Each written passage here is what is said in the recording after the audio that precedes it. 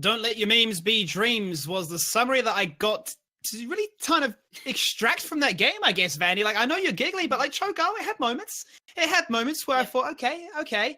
But they weren't consistent enough. And Aztech, with their standard, more sort of direct counter to the Cho'Gall, in a 1-2 pick, mind you, right? Like, that is pretty ballsy. They were able to shut down the advancements of the boys we know and love as Xylophone dudes. The meme gang, as I see chat having a great time. I'm enjoying some of these memes. I'll be quite honest with you. It's putting a smile on my face in these long hours as we approach, 12 p.m. for me. It's 10 p.m. for you, right? So you're saying you're a little bit tired, Vandy. We are going to bring the energy for these remaining potential 2 games. Let's bring it. Let's do it. We go to Infernal Shrines.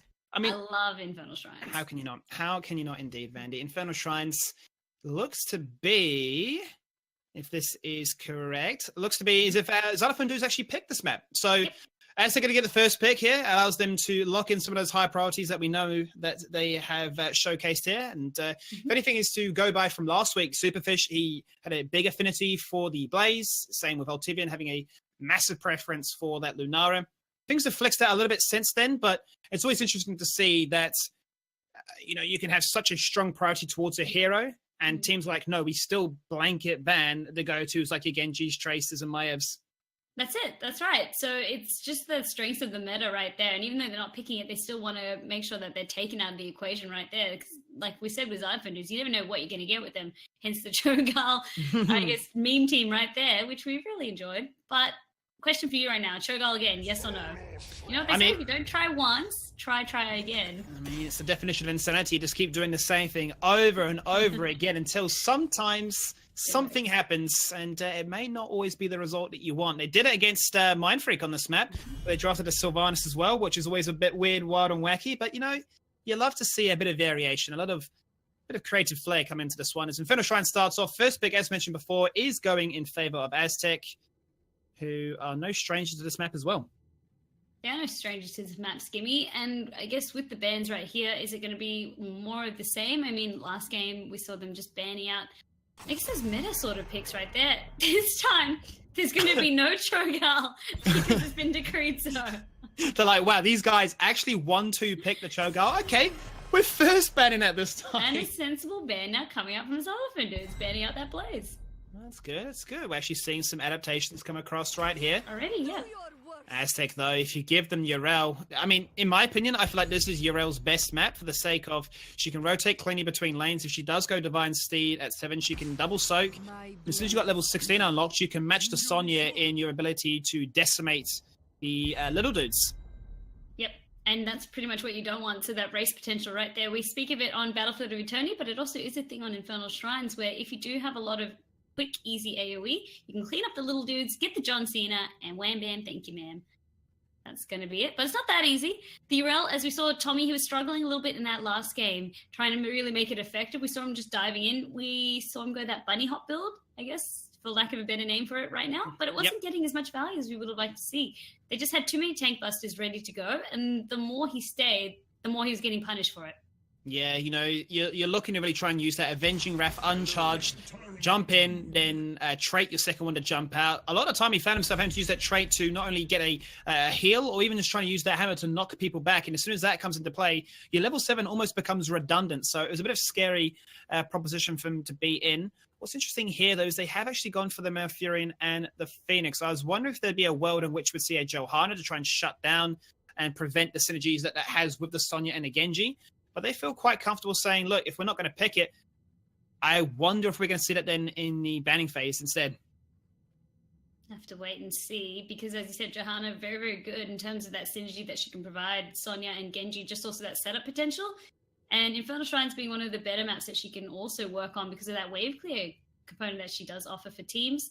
Second ban phase now. We've already seen the cards. It's going to be more of the same for Aztech, all in on that team fight, but also just great lane clearing, very well as great lane presence picked up by them. So where do you really get them? I guess if you want to really weaken more of their front line, or if you have that Phoenix, maybe ban out Thrall? Ooh, Johanna. I was wondering because looking at their bans, they banned a lot of Garrosh in this season so far, and with Sonya and Genji there to obviously get into the backline, the taunt, the flip, all that in a big sum, just it doesn't look too attractive. You want to get in there unadulterated. Obviously, you got the Malfurion to slow you down with those roots, which is one problem, and then Yrel to swing you around and knock you back to where you started off with. So I thought they might have gone that direction, but I like the Johanna, quite honestly. We mentioned it before, and it's a smart, solid ban. Well, Azog also plays a lot of Johanna as well when he doesn't get his first preference tank. So by taking away the Blaze and Johanna, that's already 2 picks right there that Azog can't use for himself. But the Garrosh now comes into play. The Garrosh is still available to take. Where do they go in terms of bans? Do they want to try and isolate out the support choke? Based on their stats so far, they have gone for Deku Kane 4 times. And there is Deku Kane. Make it a 5th. Nice. That's it. So Deku Kane isolate out again. So the Scroll of Sealing as well as the Heradric Cube, it really does give you a lot of zone, I guess, control and also area lockup. And that's something that really Genji can play into quite nicely, as does Sonya. So it is a nice pick right there. Yeah, I mean, if you think about really, we expand the point a little bit further. We talk about Alex Straza on a map like Volsky, super strong on a map like this as well for a Dragon Queen. The same could be almost applied to the Decade Kane, where he can just isolate out an area, boxes you in as that Phoenix and Malfurion, and you're like, well, I guess I'm just going to have a Sonya and Genji in my face. But now, on top of that, a Jaina and the flex into a Lucio. Very exciting to see how much Lucio can actually put into work. Maybe a case of overrunning with speed. And an Arthas. This is a big blast to the past. Used to be Arthas Mouth, Lucio, but then it was Arthas Lucio, because you can just never escape his grasp. That was a very quick ending to the end of that draft, Andy. It really was. It was the Maiev Diablo instantly responded with that Arthas as well. But Jaina, Lucio, so lots of slow on this side of Xylophone dudes, and this time a much more rounded composition. Something that can really work well. It plays to the objective here, but a little bit of that blast from the past. On the side of Aztech, it's more meta. That Maiev and Phoenix, they definitely do have some good synergy between them, but the Diablo Phoenix is what I'm looking for. We saw it once already. The Lightning Breath into the Salvo, very strong to try and deal with, and no bunker available to try and escape from. And if Johanna's been banned away, this is a fantastic tank to actually try and control that Genji, hence why I was mentioning it so much in that previous series for Mindfreak and Crimson. And on a map like this is the map of all maps for it to work as well. And, I mean, we talk about wave clear, you talk about little dude clear. I mean, if he wants to, he can just literally lightning breath all those little dudes and just take them out and be like, guys, you're taking way too long. I'm just going to try and carry this. If you force a fight on top of that point, not only does he get value with winning an objective, then like Ultivian on Phoenix is like, well, sweet. Thanks a lot. So I'm excited to see this. I really like the Lucio adaptation. It just means that if they do catch one target, they have so much slow and so much lockup to make sure that that one target gets blown up, gets taken out of the equation right there. So something that needs to be respected on the side of Aztech. Game number 2 here on Infernal Shrines between Aztech and Xylophone dudes. As Aztech currently lead this series 1-0 in the best of 3 series. Game number 2 brought to you by McDonald's Australia. Let's kick it off with the team in the blue. It's Ultivian playing Phoenix, Superfish, or Supperfish, whichever you prefer. Playing Yrel, Shrek on Malfurion, Doubt on Maiev, and Azog on Diablo. The Xylophone dudes. On the right-hand side, we have Flaze playing Arthur, Sarah Lee on Genji, Tommy playing Sonya, Bouncy on Jaina, and Sailor playing Lucio. One point I actually failed to mention, Vandy, and I actually experienced it firsthand in a Hero League game, which is obviously the perfect breeding ground to make a point like such. But anyway, I versed an Arthas as a Yrel, and based on the fact of how she wants to try and like weave in her auto attacks to get that Maraud's insight value and that Holy Wrath at level 16, having that auto attack slow from an Arthas like literally shuts her down so hard. And speaking of shutdowns, Azog's like, "What's up, guys? Fade away, shadow charge to the wall." And Jaina deleted before 30 seconds of even clicked on that clock. I was just thinking, and the crowd goes wild because he really did. He just stunned, and then he just like walked off into the distance. My people need me now. That was beautiful to see right there. Just a quick, easy kill. But Jaina will always be locked on for Azog just because of her immobility. Like, she really is. Just when you do have it, if she doesn't have, especially pre-ice block, she's a perfect target for Azog to go in on. So wave clear will be pretty even, really, for the majority of this. Sailor will always have the eyes, so you can hug that wall, utilize those roller skates as he gets jumped upon there by Azog. But both teams should just be looking once again to bounce between lanes. Diablo needing those souls to become strong and have a far bigger health pool. Same for Jaina, who's gone for the Fingers of Frost at level 1. So the more globes she gets, the more regeneration she achieves. And when it's completed at 20, extra 10% burst. So I reckon we're going to see a very slow style of play, almost like what we see on Tomb of the Spider Queen. You just bounce between lanes, maybe around level 5, 6. As that first shrine comes up, that's when the chaos begins. That's it. That's when she really unlocks that power spike as well in terms of her burst potential. She just suddenly starts hitting like an absolute monster. Sailor, he was appearingly caught out by Azog, but instead Azog being slowed and locked up for days, and this is really that isolation that comes into play on the side of Xylophone dudes. And that's the power of the forgotten combo between Arthas and Lucio. As soon as you go in, and on a tank like Diablo, where you are so all in, there is no way of you getting out of that. You're just locked in place by the Frozen Tempest. Lucio just boops you back as well. And you are going to have to make sure that if you commit, you're committing hard. Because they've gone definitely in that direction. Yrel, Maiev, Diablo. Depending on how much value these two in Arthas and Lucio can achieve, that could be a big deciding factor for the series. Well, Arthas is very niche as a pick in general, right? But he does work quite well against what Aztech are trying to bring. So the Maiev, by also having her auto attack slowed, hurts her damage output a lot. The Yrel, as you already touched on, and even Phoenix can also feel the wrath of some of this. Looking at the top lane, there's a B-step contest going off here. As Superfish is just holding his hammer. Looking like he's holding the trophy. B-step. Holding his B-step, holding the trophy, holding the light as the spray goes down as well. This is Gimme in the bottom lane. Sailor just narrowly got away with his life right there. He was being locked up. They were chasing members of Aztech. And he almost got taken out for free. Luckily, he managed to wall ride. Really cool adaptation at level 4 for Yrel. She's gone for Hand of Freedom, so she's not only going to be able to remove any slows, which is fantastic for the Jaina and the Arthas, but also grant that member 50% movement speed. Now, we've been talking a lot about the on-demand burst heal from your passive, as well as the armor that you can give your teammates. This has been overshadowed for a fair bit of time, but in a situation like this, when they have flexed into the Arthas, I feel like that's the best solution, really, if anything.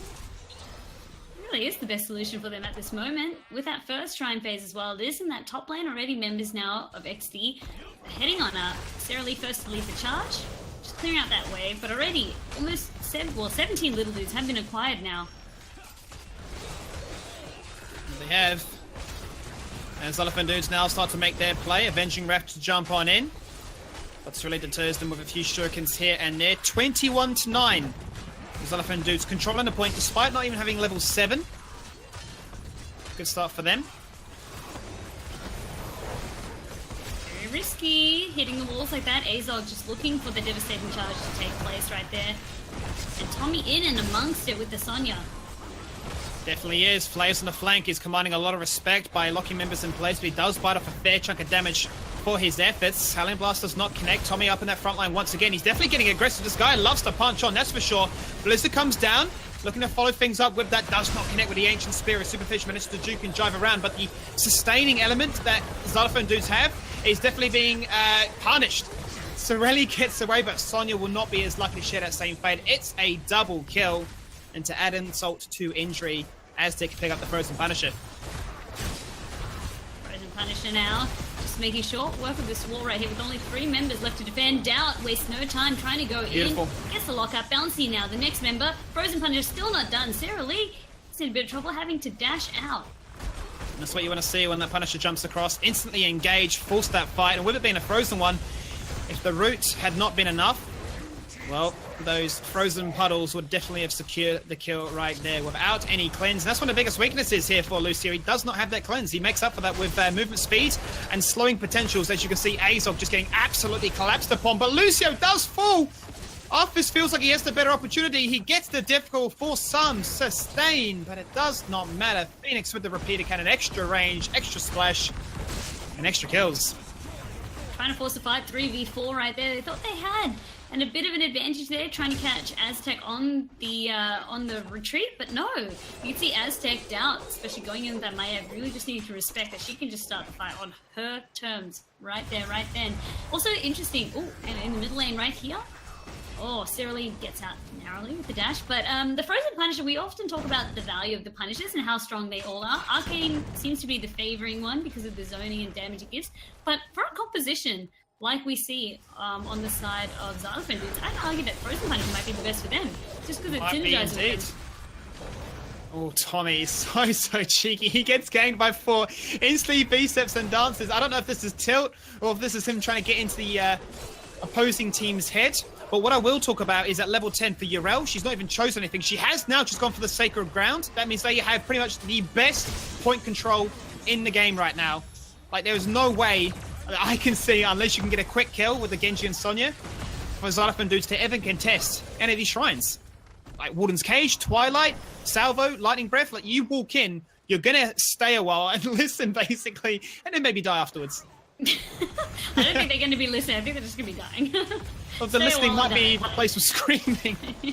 That's very, very grim right there, Ski. But you do have a point in terms of what they're able to bring. As we already touched on, for Xylophone dudes, their strength really comes in that isolation factor right there. So the slows that they have, also Lucio's speed, if you are catching people out on the rotation, that's really where they can come in and shine. But Sailor, goodbye, sweet prince.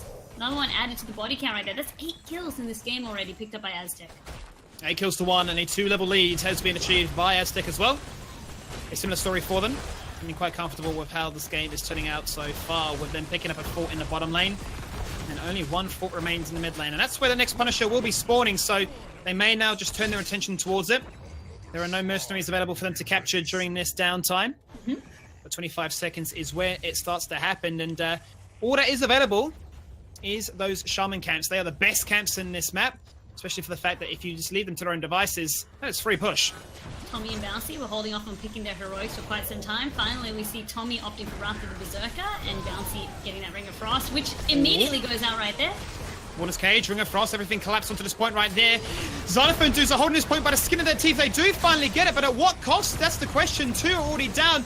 Maybe a triple, maybe a quad kill as Tommy once again B-steps he's just B-stepping his victory. He's like, I survived on 300. That deserves a B-step. Hellflame! Oh. Hey, Zog. Don't flirt with me like that.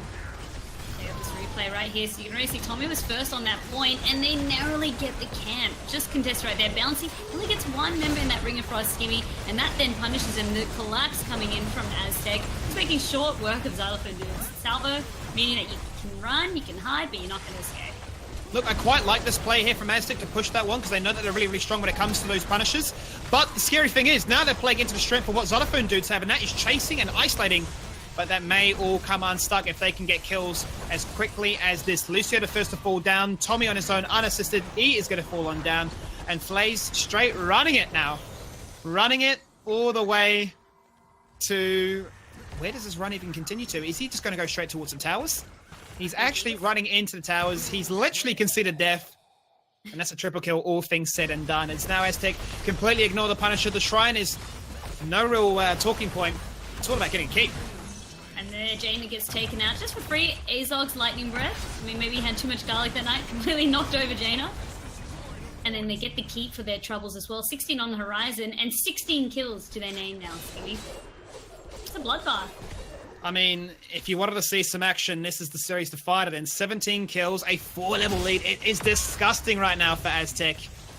And it feels a little bit rough for the boys in red. Xylophone dudes, they had an idea in mind. It hasn't really played out as they envisioned. And especially when it comes to these punishers, or into these shrine phases, like there's really nothing I can see them doing. Their composition just does not excel in this area. It doesn't. You can see the point control coming out by Aztec as well. All by Superfish to go in, and immediately the response was to get the sound barrier up and going. But they're not done. Ring of Frost. This is all right. It's not too bad.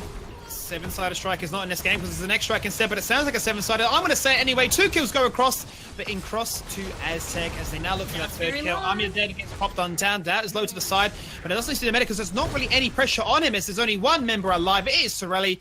Every single time he either has that cyber agility or that swift strike to get himself out of harm's way. A few more kills to the body count, and I feel like by picking up this Punisher here, they are threatening to go for the end. And Andy, we're only 11 minutes into this game. So the root got things started. Sailor, you can see, he drops the sound barrier, and this is where the Ring of Frost, it actually does get a little bit of value, but there's no immediate follow-up. Instead, the damage is so split, so they can't seem to find a kill. Plus, they are fighting 4 levels down, so that was just never going to work out in their favor in the first place. It's just really rough spot to find yourself in. talking about what is their potential to sort of like come back into this game. Well, first of all, they need to hit level 13. Jaina has 16 out of the 20 that she needs to complete her level 1 quest, so that's extra burst that I mentioned at the start. She needs that, but like I'm watching how they're posturing, and it feels like they really have given up, Vandy. They've got 4 members just running straight towards these towers. They literally are running it down. They just want this game to be done. Yeah, they feel as though they come across it, and instead maybe just a last-ditch attempt on the keep here. Maybe a bit of a base race happening. There's not even any need. Not even a base race. They're not even going to go for the keep. They're literally going to... they're going to bring across a vulnerable core. I mean, yeah, I hate to see it when it comes down to a situation like this. Aztech, respecting what's happened, just go straight for the core out of their misery. A sad situation for them to be in, but regardless, you know, Xylophone dudes definitely put up a strong fight at the start of this game. Aztech will close things out. 12 minutes and 20 seconds into this one. It is GG.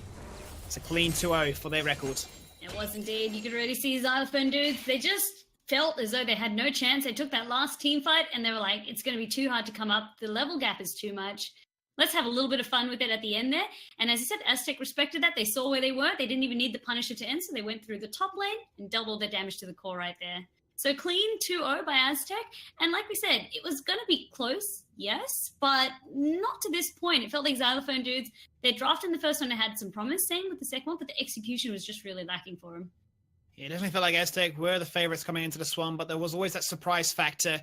And we've definitely seen 2 really sort of creative drafts coming out from the camp of Xylophone dudes today. So they've showcased that they aren't meta slaves, as many people like to chuck the word around. They are quite comfortable in exploring other options. In this case here, it didn't quite work. I liked the idea.